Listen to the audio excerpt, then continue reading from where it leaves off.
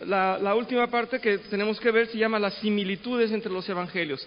Esto va a ser muy interesante y yo quería solamente aclarar un punto acerca de Mateo, si me atienden un poquito antes de ir a las similitudes, porque habíamos dicho que Mateo, pues, era un recaudador de impuestos, no era religioso, aunque tenía una educación judía, no era muy dado o no era cercano a los que sí practicaban la liturgia y las celebraciones y las ceremonias judías. Y sea como sea, él está ahí. Él escribió lo que vio de los demás, lo que escuchó de los otros, lo que él presenció. Es un poco de todo lo que él hizo y lo escribió.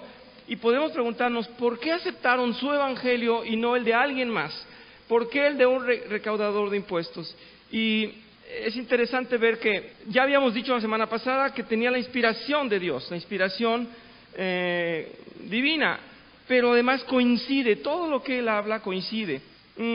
Ahora, si alguien como él está considerado como alguien transformado por el Espíritu de Dios, con mayor facilidad iba a ser transformado cualquier otro que estuviera cerca de Dios. Entonces, yo solamente quería decirles que no es al azar que el Evangelio de Mateo, o escrito por Mateo, sea realmente efectivo o eficiente para los judíos.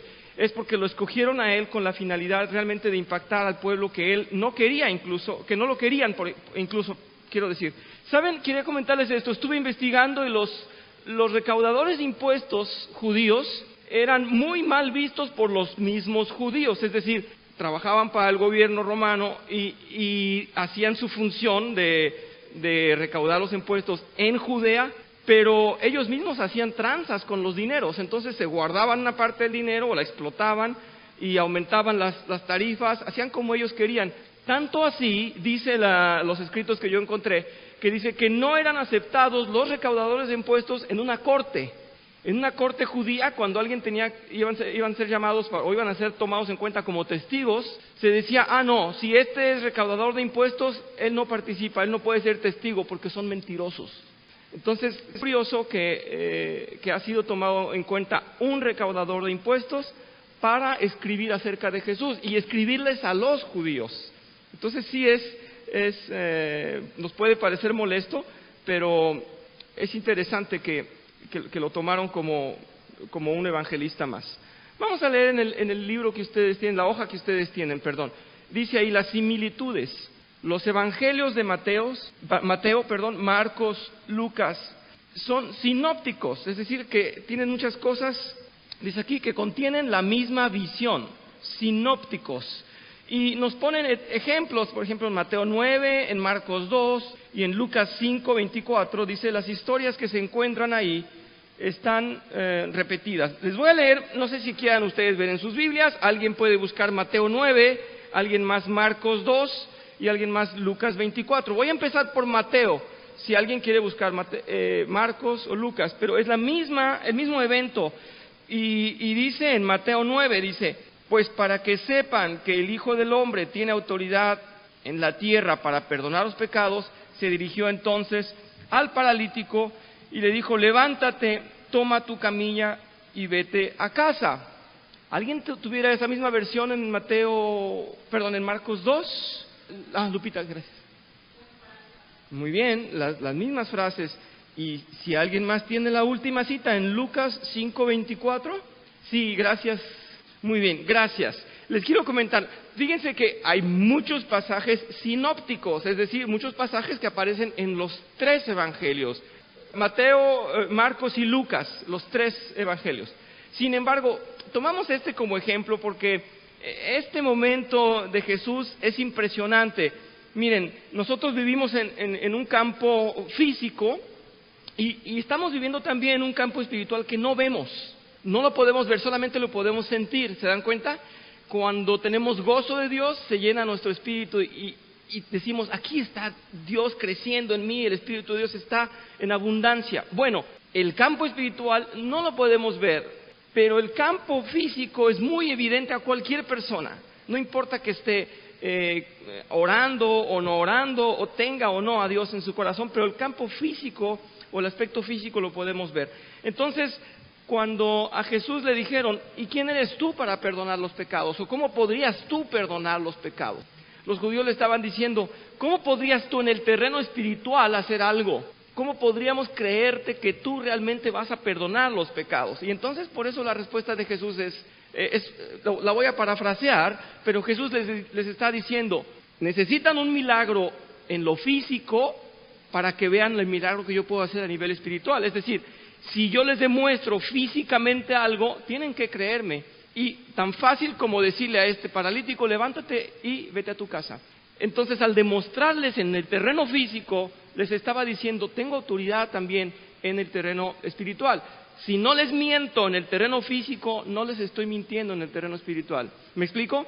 Es así de potente este pasaje de una vivencia real de Jesús.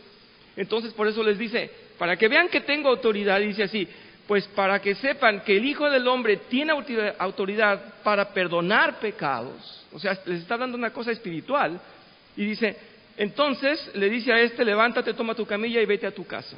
Por eso es importantísimo que citemos porque los 3 evangelistas están hablando de este milagro que demuestra en los 2 campos el poder de Dios. Esa era una nota nada más. Bien, vamos a seguir leyendo y dice, otras historias que concuerdan en los 3 evangelios sinópticos y vamos a hablar de ellas. Dice, la curación del leproso, el exorcismo del endemoniado en Capernaum, ¿recuerdan esa, verdad?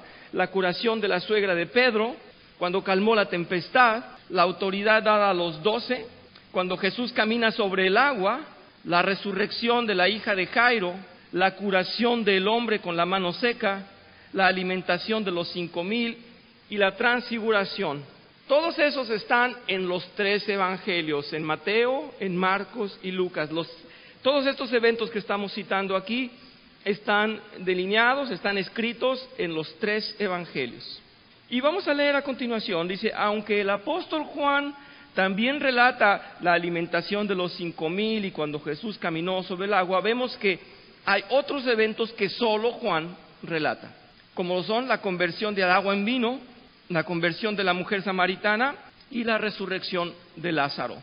Entonces, los 4 están interconectados, pero hay 3 que repiten las mismas cosas. El 4, el Evangelio de Juan, repite algunas, pero nos enriquece porque nos da otras.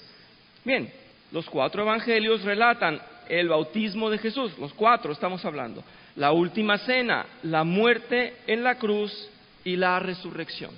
Esta es una parte importantísima.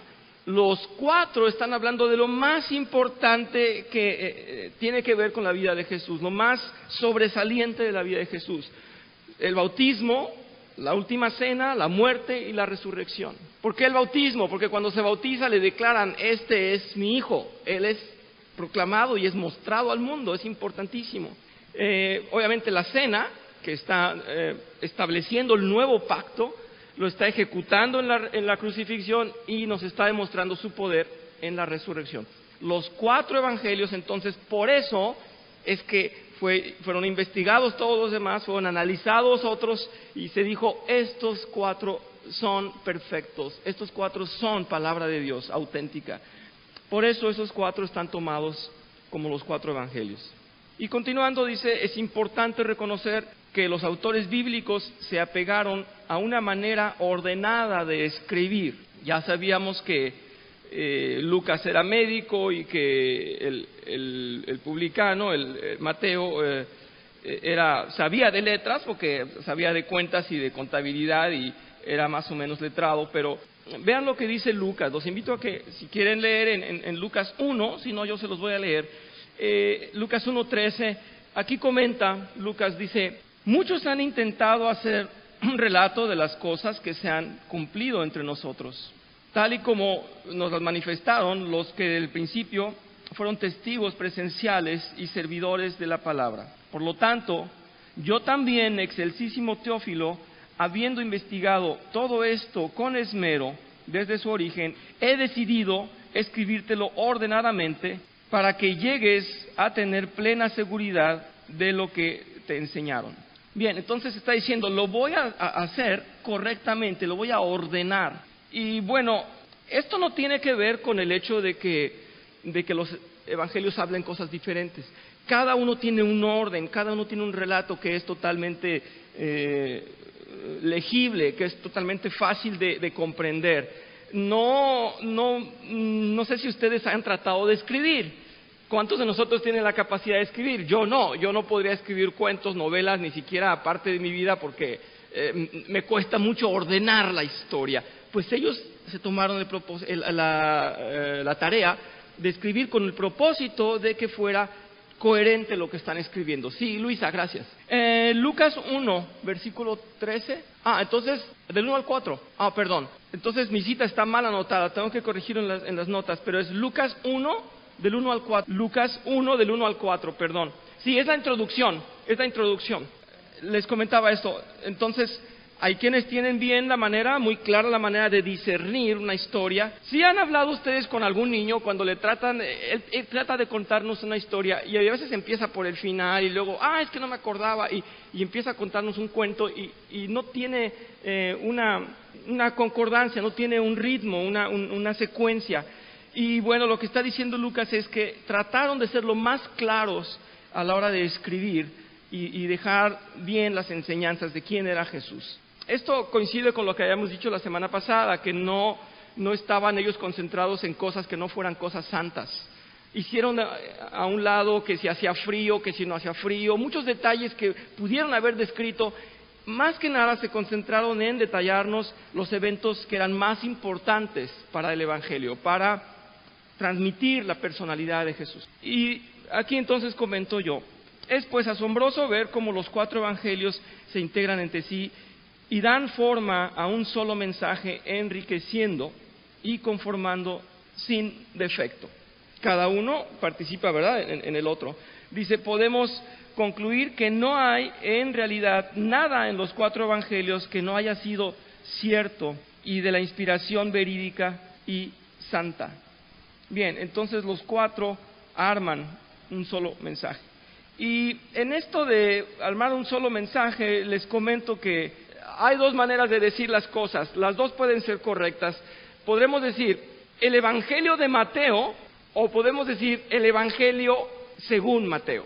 El Evangelio es uno solo. El Evangelio es la noticia de la vida de Cristo que nos fue dado, fue sacrificado y resucitó. Esa es la vida de Cristo, las buenas noticias. Es uno solo, es un solo mensaje. Sería más correcto, si fuéramos exigentes, decir, es el Evangelio según Mateo, según Marcos, según Lucas o según Juan. Es decir, lo que vieron, lo que aportan. No quiere decir que se hayan inventado un Evangelio. Pero ya comprendemos que cuando decimos el Evangelio de Mateo, no está inventando uno propio, ¿verdad? Cuando se hizo la revisión de los libros bíblicos para decidir cuáles de ellos eran confiables y cuáles eran apócrifos, se decidió por unanimidad que los 4 evangelios son no solo confiables, sino son esenciales en el Nuevo Testamento. Es decir, no podrían faltar. Y aquí tengo en las notas para ustedes, Eusebio en los años 264 al 340 después de Cristo dijo, los 4 evangelios son los únicos indiscutibles en la iglesia de Dios bajo el cielo. Ireneo dijo en su libro Contra las herejías, los evangelios no pueden ser ni menos ni más de 4.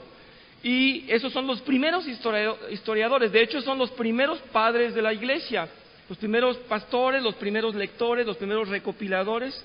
Y esto es importante, ya lo habíamos visto la semana pasada, pero lo había citado yo solamente para hablar de Ezequiel. Dice aquí, para ilustrar su punto de vista, utilizó una imagen tomada de Ezequiel 1 y del trono de Dios flanqueado por 4 criaturas con rostros de diferentes animales, hombre, león, toro, águila, que están en el origen de los símbolos de los 4 evangelios en la iconografía cristiana, es decir, en el simbolismo cristiano. Y ya lo citamos la vez pasada, lo leemos hoy en Ezequiel 1, versículo 10, dice, sus rostros tenían el siguiente aspecto, de frente los 4 seres, fíjense, los 4 tenían rostro humano, un rostro humano, y dice, a la derecha tenían cara de león, a la izquierda de toro y por detrás de águila. Quiero que vean esta imagen porque es muy importante para el estudio de los 4 evangelios. Vienen 4